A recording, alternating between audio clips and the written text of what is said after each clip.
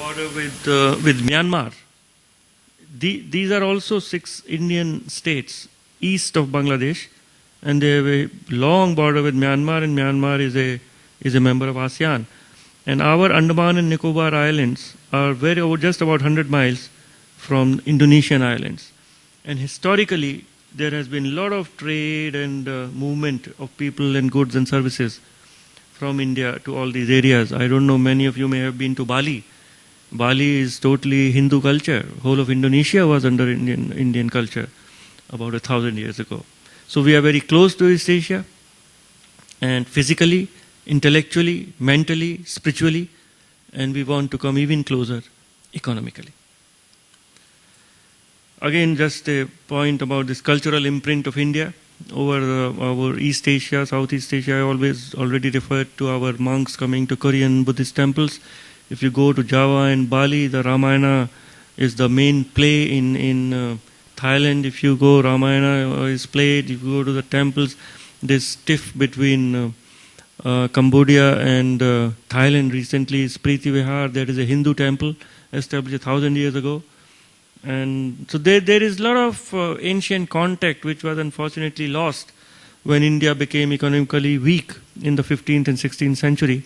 But now that Asia is coming back and India is coming back, these links can be re-established.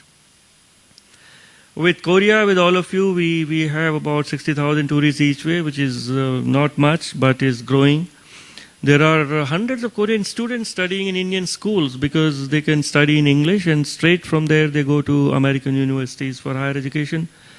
There's a large number of Indian research students in Korea, and our Ayurveda is like traditional medicine, which is like your Korean traditional medicine. There is a lot of similarity between the two.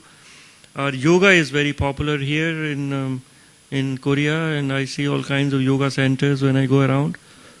Indian food is very popular here, and Korean food is not so popular till now in India, but I think efforts are being made.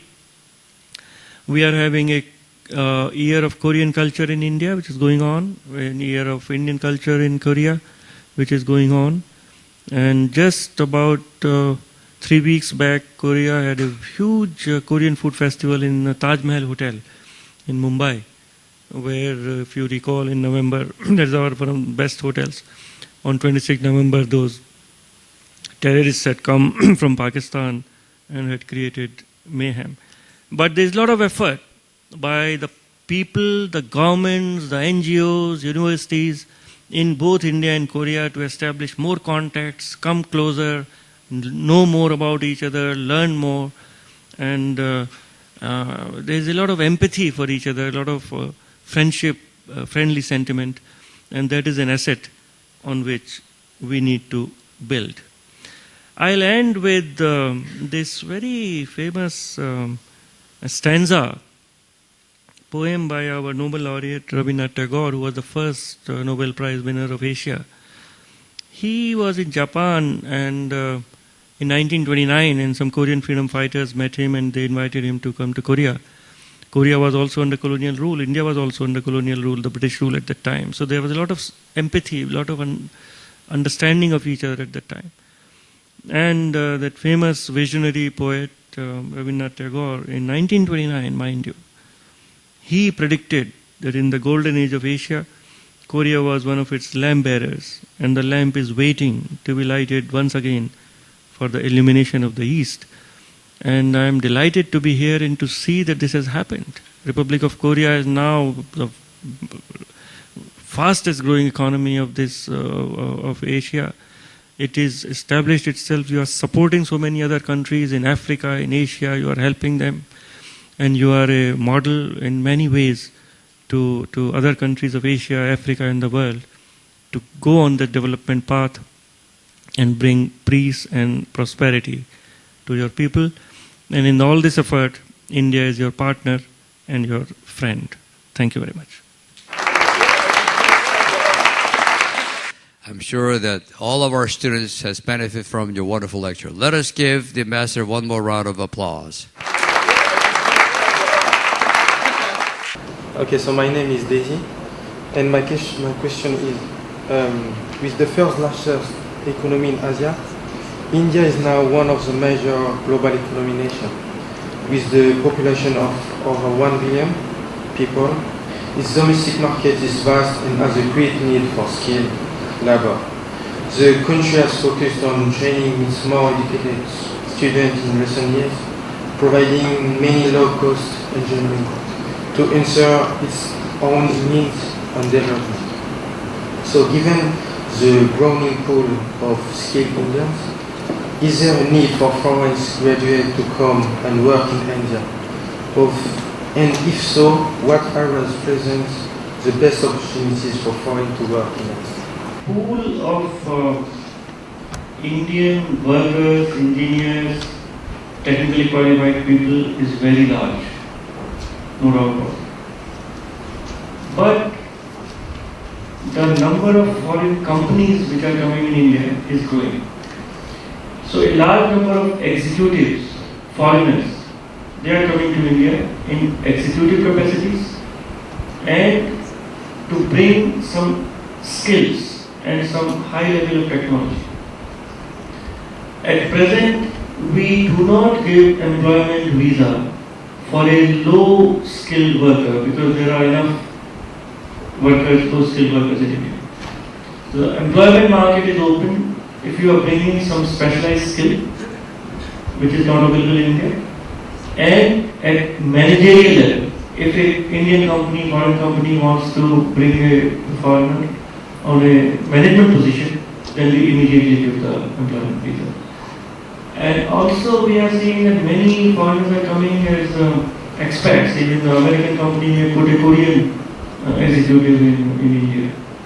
So opportunities will be for highly skilled technical people, academic people, or executives. Hi, my name is Shan Salim, majoring in animal bioscience. My question is, as you know, several Korean companies have extended their business in India. I'm pretty sure that there are many difficulties just as foreign countries open their business in Korea. What are the key factors that do you think that I have to be aware of when I establish and operate business in Korea? In India, the regulatory processes are slow. So if it is a project which requires, let us say, a lot of land, then the acquisition of land from the farmers has become a big issue in India. So that is one point. And now what the Korean companies are doing, they are trying to acquire an Indian company which already has land. Doosan Heavy wants to make boilers in India. So they bought a company near Chennai which has a lot of land. So they are now upgrading it. So they resolved the issue by acquiring an Indian company. Second thing is if it is a chemicals company or it requires a lot of water or there are some environmental issues, then clearances take time. But my advice to Korean companies, don't lose patience, it may take time. But get all your clearances and then enter the Indian market and then you will find it profitable. So you must have a lot of patience and perseverance because Korea is a land of pali-pali, but that will not happen in India. It will take time for you to establish your presence in India. Okay, I'm Jim from the business Part.5 and I'm glad to meet you. I've been to India twice as a volunteer. I've been to India twice. And okay, I want to ask you one general question. Currently, China is referred to as the global factory because of their huge population, but a lot of analysts said for maybe the next the world factory would be like Vietnam or Turkey. So I think with the second largest population, and as you said in your PowerPoint, you guys the wage level is much lower than China. But what kind of I think India should be the next the world factory. But what kind of competitive edge is India losing? I think you guys can be like what can you do to increase the market share of the global manufacturing output? Yeah, all the countries of the world want to grow as fast as China. So what lessons can be learned and what is lacking in countries like India? One, I alluded to that in India there is democracy and people have a lot of say. Now, why is POSCO project not happening for the last 4 years, 5 years? That's a $12 billion investment. Because some villagers say that they will not sell land. And in India, we will not force them to sell land. So, that is something which we accept. Indian growth may be slow, but we are ready to pay that price because we want to preserve this democracy. We want to give full power to the people to decide. So, because economic growth is not everything. Economic growth with people's happiness, people's participation, a harmonious society, that is also very important. So that is one part. So we are not blindly going for growth, whatever may be the cost and our people may suffer. That is not the model which we follow. That is one part.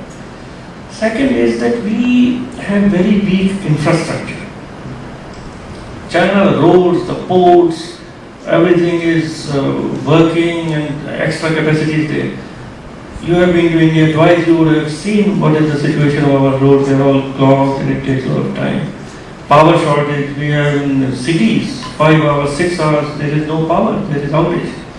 So that is what we are trying to address, that what are the factors which make India less competitive and how to address them. And infrastructure is one of the biggest constraints, and we hope that once we improve our infrastructure and on the strength of our own market, we should be able to have more and more manufacturing in India.